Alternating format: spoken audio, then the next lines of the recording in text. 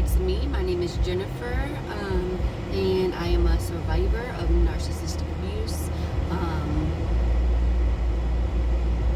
So today we're going to talk about you are the narcissist servant. You are a slave to the narcissist. You are enslavement to the narcissist. You know, we've all, maybe not everybody, but most people have been in relationships where they were groomed, they were trained to just live for the narcissist and the narcissist itself, whether it was a male, a woman, whether it was a male, a man, a female, or a woman. It could be a friend, it could be your spouse. It's mostly spouses, but not really. Not really, because I've had a friend,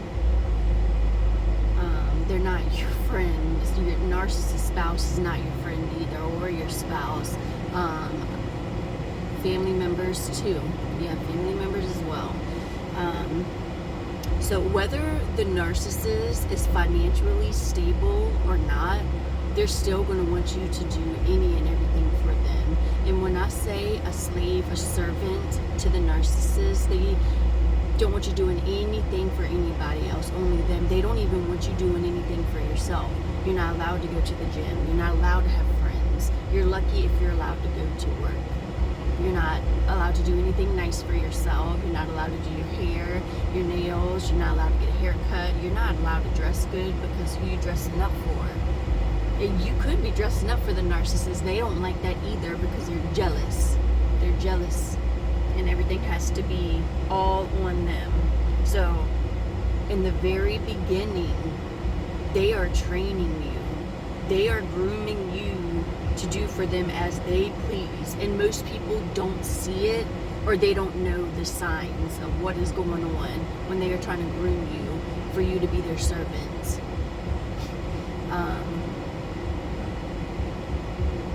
They use manipulation tactics. They feel you out. They want to see if you're the perfect. You have to be a kind, caring person, unless they just know they can get something out of you. You have to. Those are the people they're most likely going to go for. Because anybody else who is selfish, why would they go for them? Most people in general don't go for selfish people. So a narcissist is selfish. So they're going to have somebody do all their bidding for them, good or bad. They'll manipulate you. They'll bring up things in conversation, in passing, just to see your reaction, just to see your thoughts, see if you even bring it up. And most of the times, they'll act like they're joking. Example, I'll pay you if you can clean my house. I'll pay you if you can clean and wash my car. I'll pay you to do my laundry. If you say anything or not, okay, if you don't say anything, they might not bring it up again, or they might say it's a joke. Or if you question them about it, they'll say it's a joke, because they want to see your response. They want to see what you're going to say to them. Like, well, I would do it. Like, you ain't got to pay me. Since I used to be the type to say, you don't have to pay me, I'll do it for free. I want to help you out. And that's what they want you to do. That's what they want you to do. They want you to say, I'll do it for you, because I love you. But they don't love you, because you got to understand, a narcissist cannot love you because they don't love themselves. Somebody who loves and respects themselves, they would do all that stuff on their own. They would clean their own house. They would make sure, they have a morning routine for themselves, to do their hair, to brush their teeth, to get their clothes ready, and then at nighttime, the same thing. Brush your hair, brush your teeth, take a shower after the day is over with, get your stuff picked out for the next day. You do that yourself. Nobody else should do that for you, because narcissists want that parent. They want you to be the mommy or that daddy that they never, ever had. I'm serious. But if that does not work, there will be plenty more things to do. They might bring it up again and bypass. Or they might straight up ask you, can you do this for me? Like, sometimes they'll say they'll pay you. Sometimes they just want you to do it for them. I was going to say, it's not about money, but everything to a narcissist is money. So if they don't have to pay you, they won't. But if they have the money and they feel the need to, then they will. Because because they're grooming you. They're grooming you. And then if that doesn't work, they'll start doing it themselves, and they'll invite you over to their house, or if y'all live together or work together, they'll say, hey, come over here, I want to show you how to do this. Or they'll say, I want to show you how to do this. Or they'll just do it themselves and start saying, hey, this is how I like to do it. Don't wipe it this way. You need to wipe it up and down and side to side, not just side to side and that's how they do it. They're grooming you. So pay attention, because I've had plenty of people do this to me, and then once I got the hook of it, the hang of it, then they expected me just to do it and not. We'll get there. Okay. So they'll start doing it to get you to hop in on board, hop in with them to do it. And remember, you got to do it their way. It's all about doing it their way.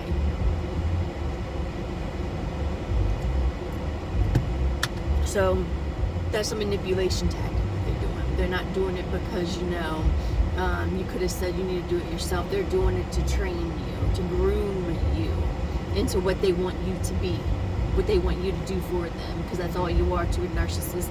You're enslaved with them. That's all you are. Yeah. And it has to be done their way. So they'll start doing it like that. Or if they don't think that you're getting the hint, that like, oh, I want you to do this for me. Just say you were sick the week before, days before.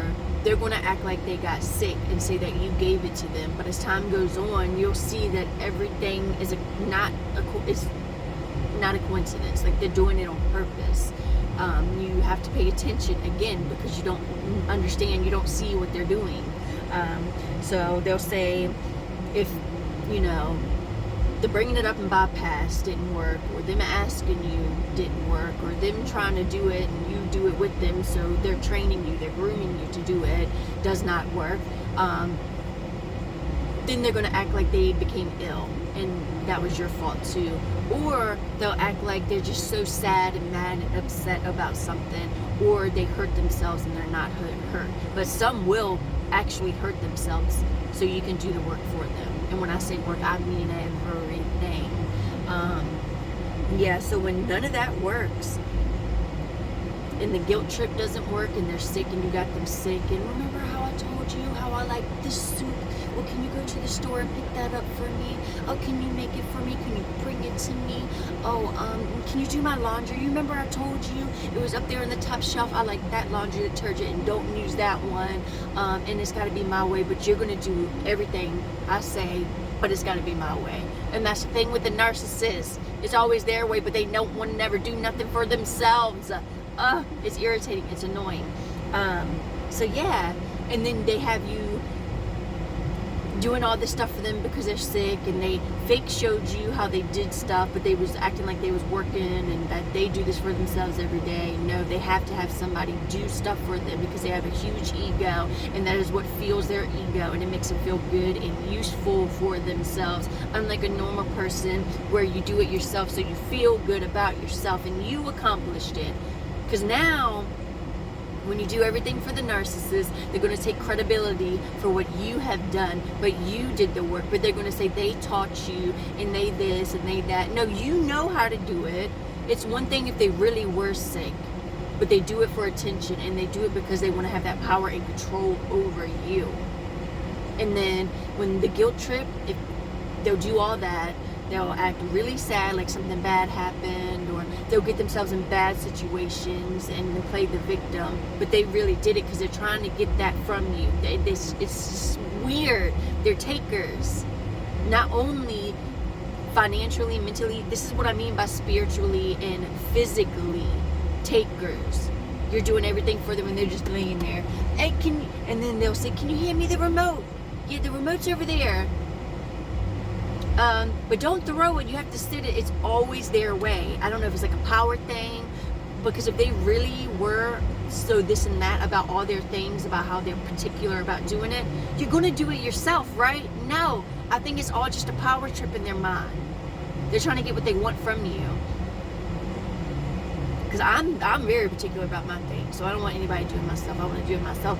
It would be nice to have people do it, and they can do it, but then I'm still going to fix up after them. And that's the thing, they don't, and then they'll criticize you on the things that you have done to make you feel like you're not good enough, and you're not good enough, it wasn't good enough for them, and you didn't do it right.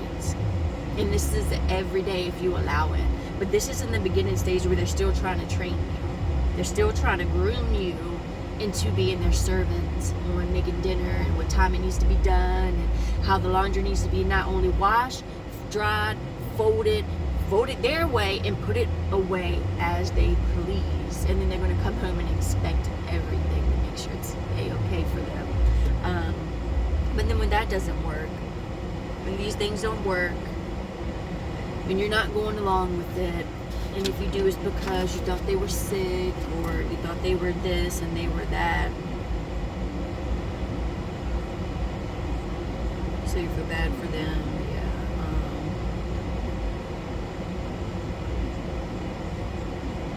Because they're only grooming you for their pleasure. Again, it's all about them. They don't care, and they will never ever do any of these things for you. Not one time. When you get sick, they'll say, you didn't help me when I was sick, but you did. You did. You clean their car and everything. You wash their stinking socks. You wash their skirt mark underwear. Yeah, and then they're gonna, and then let's just say they do get better and you did happen to do those things, but you did it out of the kindness of your heart. Then they expect it from you every single day, and you're like, hey, I got my own stuff to wash, I got my own stuff to do. It would be nice if you can do stuff once in a while. Then they're going to put it all on you. You're the problem. They're going to make you feel guilty for you not bowing down to them and just not having dinner made every day, having everything done. And then they're going to add more to the list every single day. And the laundry and the dishes have to be washed, dried, put away, and folded. And then you're going to have to start sweeping and mopping and dusting and that every single day. And the trash has to be taken out every day, of course. And they're just sitting there. They're sitting there doing nothing. It's a power trip for them. They just want you to serve them and bow down to them and bow down to them only again, like I said. And when they try to guilt trip you, they know what they're doing. They know you're not the problem. They don't want to take responsibility for anything and why they can't do it themselves. And just know, if you're not the perfect supply for them, if you are not the perfect supply for them, a narcissist always has a backup plan. But they've been talking to you the whole time in case it went wrong with you. And even if you were the perfect supply, that is what supply is to a narcissist. So when they say grade A, grade B, B is the backup plan, C is the backup to the backup plan, and D is I'll take what I can get, and an F is I can't find nobody, I'm desperate, I'm just going to get anybody.